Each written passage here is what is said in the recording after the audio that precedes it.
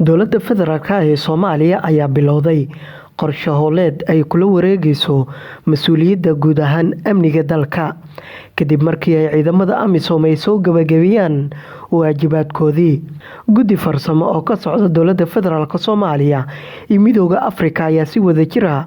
u diyaarin doona qorshe howleedka ku qotoma sidii dowladda Soomaaliya ay ula wareegi lahayd amniga guud ahaan dalka. Wasiirka Gaashaandhigga Xukuumadda Federaalka Soomaaliya Xasan Xuseen Xaaji oo ka hadlayay kulan arrintaasi looga arrinsanayay isla markaana ka dhacay magaalada Muqdisho ayaa waxa uu sheegay in qorshahan ay sida wadajirka u diyaarin doonaan Dowladda Federaalka Soomaaliya iyo Midowga Afrika loo gudbin doono Golaha Ammaanka ee Qaramada Midoobay. Wuxuu wasiirku u sheegay in sanadka soo socda laga fikiri doono qaabka ay ku joogi lahaayeen ciidanka Amisom iyo sidoo kale sida ay uga qayb qaadan lahaayeen in Al-shabaab laga saaro deegaanada ay ka arrimiyaan gudaha dalka Soomaaliya. Waxaan rabnaa sanadka soo socda in ciidamada Soomaaliya ay qaataan mas'uuliyadda ugu sareysa ee ah in dalka laga xoreeyo Al-shabaab iyo sidoo kale hogaaminta amniga Soomaaliya, ayuu yiri Wasiirka Gaashaandhigga Xukuumadda Soomaaliya